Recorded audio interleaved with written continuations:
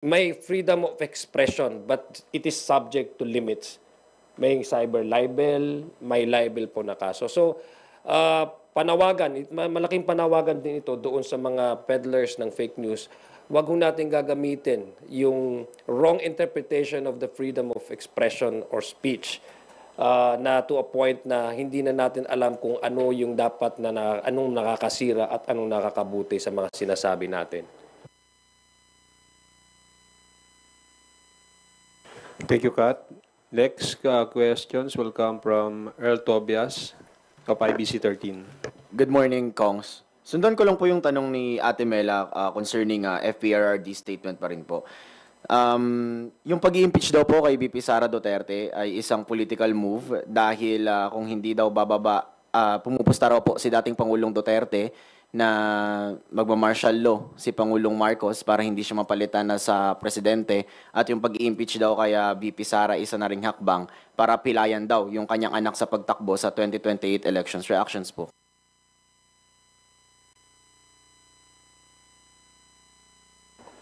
Yung sa pagdeklara ng martial law, fake news po ulit. Hello, fake news, Mr. Fake News. Pero, puro fake news na lang lumalabas sa bunganga nyo, palitan nyo naman. Yun naman po yung sa impeachment, nakita pa naman po natin yan lahat during the Quadcom, during the budget hearing sa local government. Hindi pa nga po nasasagot si Mary Grace Piatos. Sagutin na muna nila yon. O yan, may impeachment na. Kaya nga umabot sa punto na ganyan kasi hindi nga masagot yung napakasimpleng tanong, sino ba si Mary Grace Piatos? Saan napunta yung mga pera na yan? Kaya wag muna kayo mag-fake news. But the former president is open naman eh. I mean, not really open. He's entitled naman to have his own opinion eh. Lahat naman tayo merong sariling interpretasyon sa lahat ng bagay na yon. Of course, you cannot discount the fact that the vice president is his daughter. So talagang sasabihin niya yun whatever is possible, whatever reasons that he may think behind itong impeachment. But the impeachment, if you go to the merits of the case, 215 complainants, members of this House, said that the VP deserves a day in court. And yung mga kaso naman po niya, it's not really connected with her partisanship or which party she belong to. These are brought about by the allegations and violations and of the joint circular when it comes to the utilization of the confidential funds. One of the articles of impeachment is brought about by the threats that she made publicly against the president, against the first lady and the speaker of the house, threatening their lives. So we should not divert from those the real issues at hand. No? Yun po yung focus ng impeachment na ito. Politika, darating naman yan sa mga eleksyon. There are ways para resolbahin ang politika, but this is already something beyond politics. This is about holding public official accountable to their actions. Thank you, Kongs. Follow-up lang po. Nasabi nyo nga po kanina na parang tuwing rally na lang may focus na sinisira na lang ulit yung mga ilang politiko. Umabot na po ba sa punto na parang concerning o nakaka-alarma na rin? Kasi parang may pattern na next rally po ba, ganito rin ulit yung magiging narrative? Sinong naninira?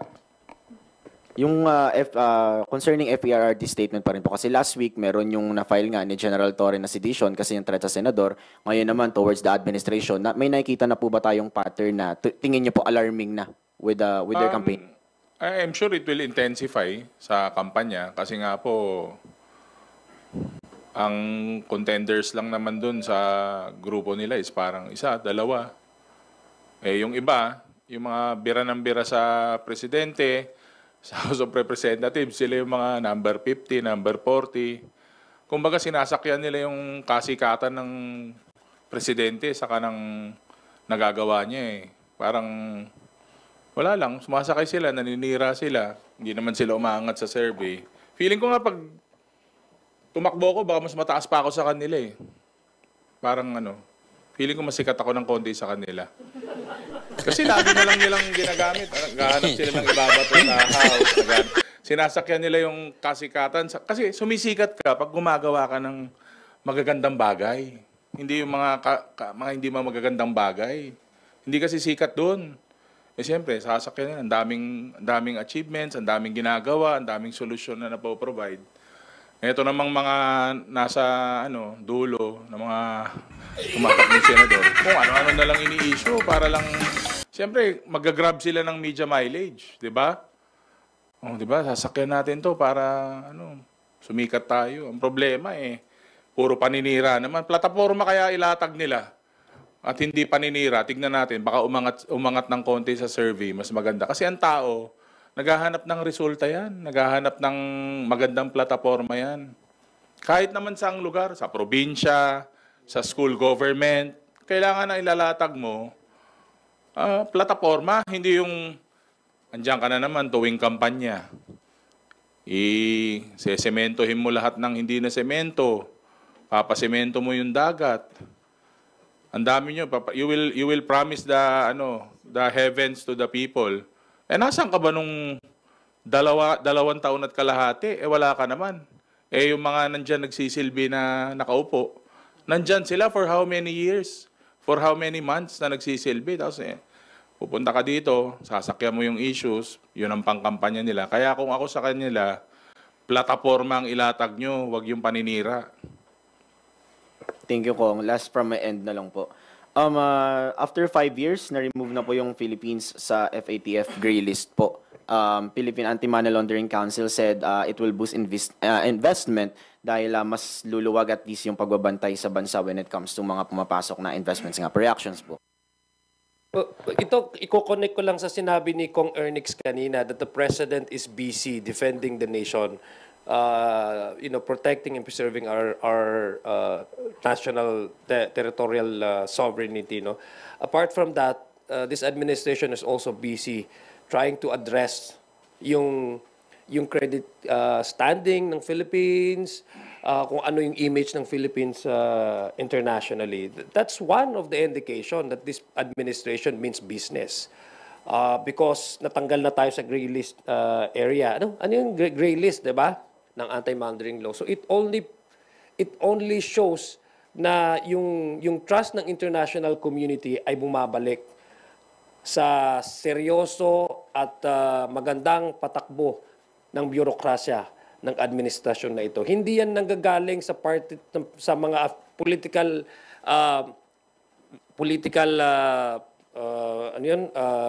allies ng administrasyon na to. This news comes from a legitimate international organization saying that the Philippines is does not belong in the gray list of the countries na massive yung money laundering. No? So it's a positive development, and we commend this administration for really addressing that issue and removing us from that list. Ako just to add lang, tingin ko isang reason doon yung total ban ni President sa Pogo. Because the total ban in Pogo, yan alam naman natin yung Pogo, yan yung web of lies and criminality. Isang dyan, yung money laundering. Ang malungkot na fact dito, yung mga involved sa Pogo, yung mga sugarol, yung mga naghahasik na mga bisyo na nakakasira ng buhay ng Pilipino para yumaman lang sila, dahil kinat na ni President Bongbong Marcos, umokay tayo sa money laundering. Ang problema natin naman ngayon na hinaharap natin, same individuals involved in illegal gambling and pogos. They're trying to get in government. If you would see, ang daming tumatakbo. Gusto makapasok sa pamahalaan para proteksyonan na naman yung mga illegal na gawain nila. That's why I really salute and commend President Bongbong Marcos na binan niya yung pogo, binawal niya yung mga gambling na yan, pero we should really help the President na, tayong mga botante maging matalino. Huwag nating hayain mapasok yung pamahalaan ng mga illegalista ng mga taong to. Thank you. Idadagdag ko lang din, no. I think from our end, yung Quadcom, ito po yung nagpapakita na yung talagang direction po ng Quadcom ay nasa tama na direksyon. Dahil we were able to unearth yung mga cobwebs nung lahat ng mga sophisticated na mga networkings ng mga illegal operators ng Pogo dito. At least nakadagdag yun. Tama po yung sinabi ni hindi lang dun sa immediate na pagban dahil ang presidente, alam talaga niya na na kung ano magiging effect nito at paano dapat mag-move forward ang Pilipinas without this kind of illegal industry. Pero the House of Representatives from our end, the Quadcom, was able to at least come up with an institutionalized policy that would really deter the coming in or the resurrection of these illegal activities like Pogo. Lumabas na 69% o 7 sa 10 Pilipino yung pabor sa pagpapatuloy at pagpapalawak ng AKAP program. Ano po nga masasabi nyo dito? At any message sa mga critic na ganito yung lumalabas sa survey pero may mga kumukontra rito? Hindi, kasi hindi naman nawawala talaga yung mga kumukontra, especially pag may vested interest. But ang important kasi, like yung nababanggit namin parati, yung mga ayuda kasi ng pamahalaan, hindi lang naman ngayong gobyerno yan ngayong administrasyon. It has always been there. It's a way to help directly yung mga kababayan natin na nangangailangan. As long as na dumarating sa tamang tao, sa mabilis na paraan, dapat hayaan natin na matulungan ng pamahalaan yung mga mamamayan natin. Numbers don't lie.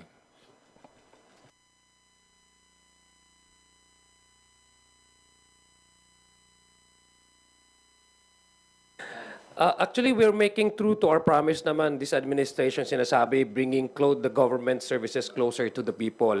Yung number na yan, so mataas na yan as a survey, 7 out of 10. Apart from yung gusto at suportahan ng ating taong bayan, it also speaks about yung effectivity ng programang ito.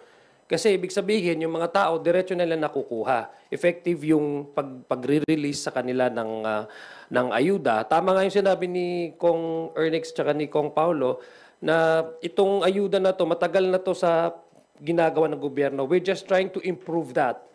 This time, we are not saying that the AKAP is perfect. There's going to be a room for adjustment. That's why we are trying to really improve the services to the people para po madama nila na ang gobyerno po ay working for them. Yung sinasabi po natin na kaya kailangan itong ayuda dahil it goes directly to the pocket of the people.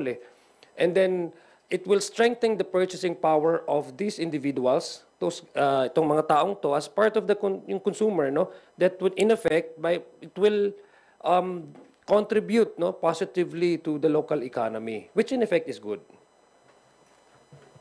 Opo, and speaking of pagtulong lang sa ating mga kababayan, pinalawak kasi ng PhilHealth yung kanilang benefit packages sa ating mga kababayan. Specifically, sinali na rin sa benefit packages yung outpatient emergency care at tinaasan pa yung case rate packages para sa critical illnesses. Ito rin yung sa PhilHealth po kasi matagal na rin nananawagan yung Kamara dito nga sa PhilHealth. Ano pong masasabi nyo rito sa expanded coverage po na ito? During our hearing, nandun naman po, you were all present during our hearing. Ito po yung mga part ng mga privilege speech, part po ng mga tanong during our hearing, yung nandun po ang PhilHealth na kasama natin. At wino-welcome po natin tong development na to kasi nakita po natin yung, sabi nyo nga, yung expansion na yan. Kailangan po talaga ng mga beneficiaries ng PhilHealth saka mga members po niyan. Sabi ko nga, kung ikukumpara mo dati, parang bulk talaga ng expenses na shoulder nung medical assistance program. Pero with that expansion, kumbaga, ito po talaga yung trabaho nila.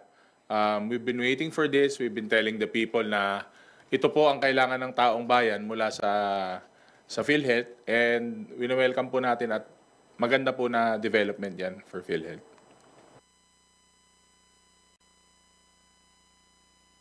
And sorry, yes po. Well, it validates our yung initial position po ng House of Representatives na that's the reason why we held a series of committee hearings precisely because we want to find out kung ano ba yung plano ng PhilHealth, how they would utilize their funds. Natatandaan mo nung una, binatikos tayo dito dahil sinasabi tinatanggalan daw assistance, medical assistance, kung ano man yung binibigay ng PhilHealth sa ating mga kababayan. This only proves what we were saying all along, na may pondo ang PhilHealth, and kailangan lang talaga nilang i-maximize kung ano yung pwedeng ma-reach at ma-improve yung kanilang programa. And right now, nakita natin under this new CEO, President ng PhilHealth, kaya naman pala mag-expand. At tama pala yung sinasabi ng Kongreso na kailangan nilang gastusin yung kanilang pera dahil sobrang laki, and they just have to put that in the right perspective, in right programs. So it validates our position that PhilHealth has the money, and they need to expand more. They need to navigate more on how they would provide healthcare services to the people, especially to the direct contributors. Opo. And last na po, tinawag ng Malacanang si former President Rodrigo Duterte na one-man fake news factory when he said that President Ferdinand R. Marcos Jr. is becoming a dictator. Ano lang po yung masasabi niyo po rito? Well, ako dun sa statement, ang hirap po talaga eh. Parang I'm leaning towards that statement na parang factory sila ng fake news, pati yung mga data nila, pati yung mga rally nila, para talagang parang ang tawag dito, parang literally factory ng fake news. Kung baga, tapos pag hinold sila accountable ng tao, kakambyo naman sila na joke lang daw yun. Parang nagmumukha tuloy silang joke eh. So, ewan ko, parang ano bang tawag mo doon sa hari na father faker?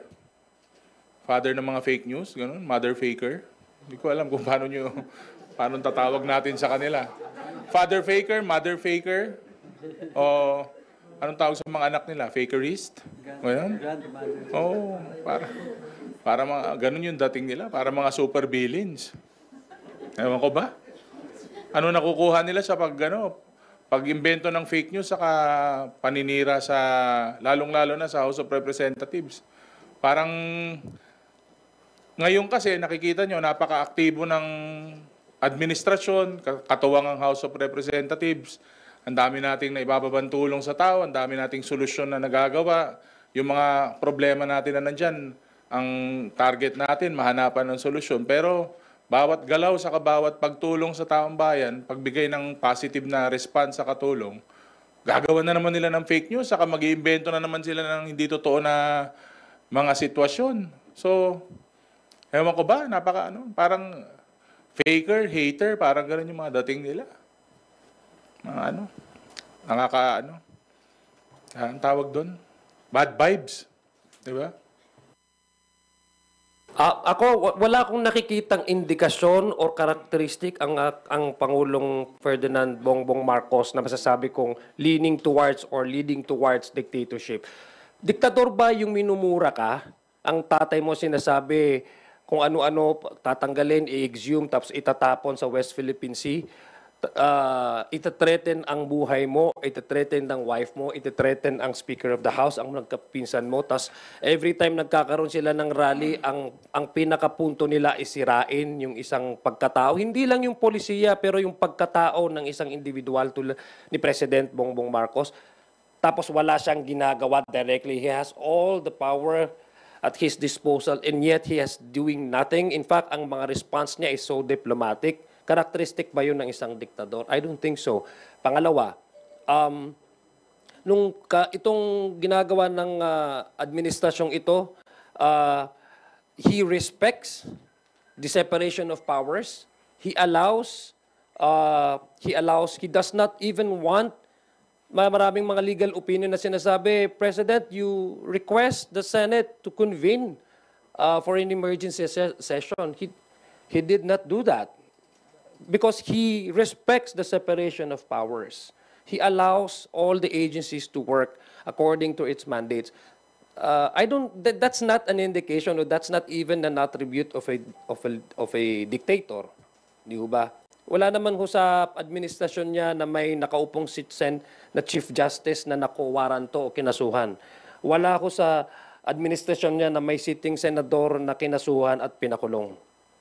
So there's no indication to me, mag-midterm na po ang kanyang administrasyon, wala pong indikasyon na nagsasabing, hindi nga ho siya vindictive eh. In fact, hindi ho siya vindictive. Kung sa ibang leader po yon, mumurahin ka, tapos kung ano-ano ipagsasabihin sa yumao mong tatay. I mean, it's a human nature to really retaliate and get even. Wala ko siyang ginawa. Wala ko siyang sinabi na in a way na insultuhin niya yung nagsasabi or yung nagte-threaten sa kanya. Wala. So, it's far from it. So, I don't see any iota of him becoming a dictator. It's actually the opposite. Just to a quick add-on po na, sa mga recent presidents ng bansa natin, I could easily say na si Pangulong Bongbong Marcos yata yung isa sa pinakamabait na eh. It's very far from being a dictator. With all due respect to the people who are saying na dictator si President Bongbong, nakakalungkot kasi na, tayong mga Pilipino, we are attacking yung kapwa Pilipino natin. For what? Oh, let's stop for a minute and think about it. Bakit ba sinasabi ng ibang tao na diktador si Pangulong Bongbong? Dahil ba may basihan o dahil ba may interes ng paninira sa kapwa? In reality, ang kalaban nating mga Pilipino nasa labas ng bansa natin. We should look outside our borders who are trying to bully us. Yung mga ibang bansa na nagsasamantala sa atin, and people and Filipinos who help, who support these other countries bullying us, yun yung dapat nating may masasabi tayo sa kanila. But President Bongbong Marcos has done nothing but help the Filipino people and help the interest of our country.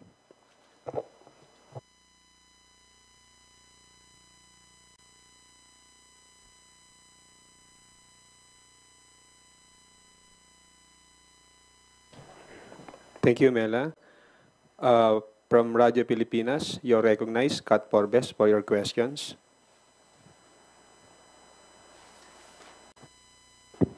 Good morning po. Itanong ko lang po sana yung reaction po ninyo na recently po naging very active si CIDG Chief Nicanor Torre, Nicolas Torre. Una, yung pag-file po niya na reklamo laban sa isang Cebu-based vlogger na nagpakalat ng maling impormasyon na siya daw ay na-ospital. At pangalawa po yung kanya rin pong maigting po na kanyang pag-file din po ng kaso laban kay former President Duterte. Doon naman po sa pag-threat niya sa mga senador na sinasabi niya ipapasabugin. Ano po ang inyong reaksyon dito? Karapatan po niya yun. Karapatan po ni General Torre yun. Sabi ko nga, kung ako rin siguro yung nasa lugar niya at sinabing nasa ospital ako, na may mga possible threats sa family ko, ay hindi ako magdadalawang isip na gawin din yung ginawa niya. Kasi they're stepping over lines of ethics and morality itong mga tao na to. Nakakalungkot na may mga bayaran na tao na ganyan. At para silang mga walang sariling pamilya at they're willing to go to miles of desperation para lang makasira ng ibang tao. So, kung ako rin nasa lugar niya, malamang ganun din ang ginawa ko. Just to add on, I think General Torres just being proactive in doing his job. We would want our law enforcement heads to, be proactive. So, kudos to General Torres. Saka personal attack yung ginawa nila sa kanya. Hindi lang naman because of his work. Talagang personal na masyado yun. Ako, I would support General Torre sa ginawa niya. Let's test the law. Let's allow the courts to do its to work according to its according doon sa dapat na gawin. Kasi instead na magbangayan tayo sa social media, meron talagang legal means na pwede nating gamitin para labanan itong mga fake news na ito. Lalong-lalo na pag ang mga balita ay nagsasabing kumbaga it's causing damage credibility-wise to the person. So I commend and I support General Torre for for showing us and displaying to the world, to the Filipino, that no one is above the law and we are governed by laws. There are courts that have to work on cases that demeans and discredit and defame the credibility, attacking the reputation of individual na hindi naman tama at hindi naman totoo. Pangalawa, isa po ito din dun sa sinasabi nating may freedom of expression but it is subject to limits. May cyber libel, may libel po na kaso. So, panawagan, malaking panawagan din ito doon sa mga peddlers ng fake news. Huwag ho natin gagamitin yung wrong interpretation of the freedom of expression or speech na to a point na hindi na natin alam kung ano yung dapat anong nakakasira at anong nakakabuti sa mga sinasabi natin.